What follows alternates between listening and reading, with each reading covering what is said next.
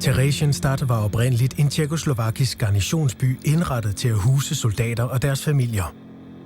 Under krigen forflytter den nazistiske besættelsesmagt lokalbefolkningen og omdanner byen til en af de mange KZ-lejre, som benyttes under forfølgelsen af de europæiske jøder.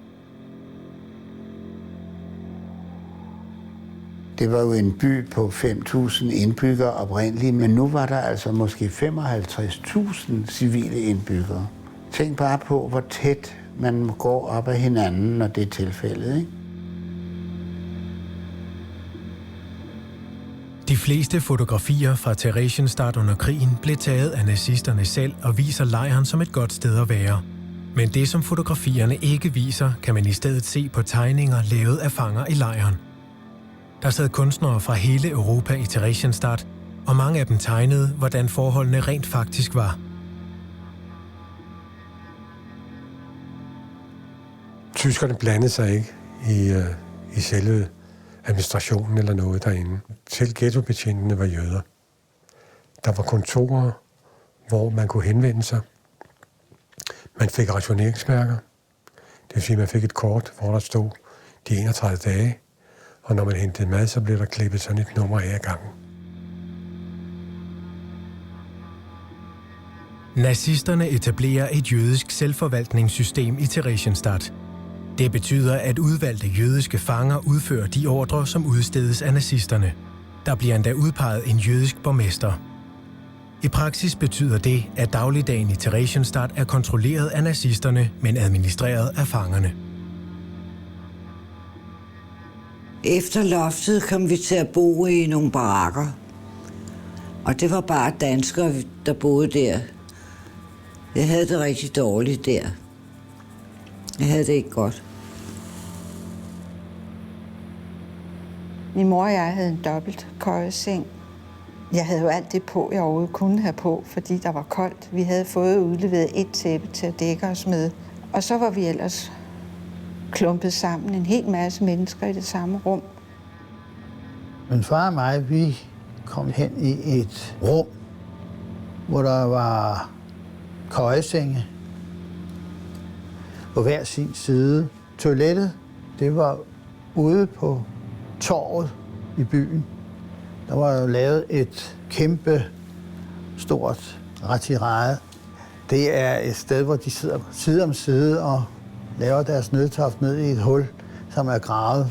Og der sidder mændene på den ene side, og kvinderne på den anden side med ryggen mod hinanden. Man kan faktisk stå udenfor og se, hvem der sidder der og så videre. Alle voksne skulle jo arbejde på et eller andet. Og min far, han blev sendt ud af lejren. De huggede sten, og de skulle så op i en kærre. Og det gjorde min far hver dag. Jeg blev jo 14 den 23. oktober, så jeg skulle også arbejde. Og jeg var jo med til mange forskellige ting. Jeg blev kusk på en hestevogn, kørte med roer, og jeg kørte med vasketøj. Der var nogle værksteder lidt uden for byen. Min mor var syerske, så hun blev sat til at sy uniformer. Min far var skummer, og han blev sat til at lave støvler til tyskerne. Og jeg lavede noget, der hed glimmer. Det er små flintsten, som man flækker i flager, og det bliver smeltet sammen igen til store isoleringsplader til deres flyvemaskiner. Så jeg har været med i krigsindustrien, om jeg må bede. Forældrene gik jo på arbejde, og jeg legede, ikke? Vi sad og legede kuglespil, så når man kunne lave kugler af ler, og dem trillede man op ad en væg. Folk var jo udtæret og trætte, ikke? Det var en udsultet og en udmarvet og en arbejdstræt familie, der blev samlet om aftenen. Min fætter er lige så gammel som mig. Vi var 7 år begge to, og han hedder Jerry. Han tog mig med rundt alle steder, selv i de mærkeligste kroge i lejren, og kiggede, hvad der skete rundt omkring. Vi sniger os op på en af voldene. Og når man kiggede ud, så var der også volde, der gik sådan der. I de volde, der var også fængsler.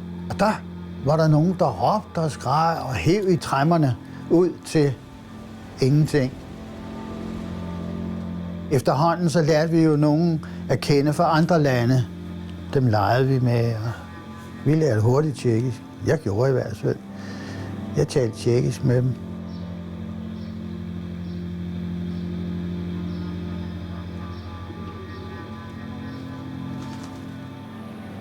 Så skete der det, at jeg fik at vide, at der var noget, de kaldte for Jugendheim, et ungdomshjem.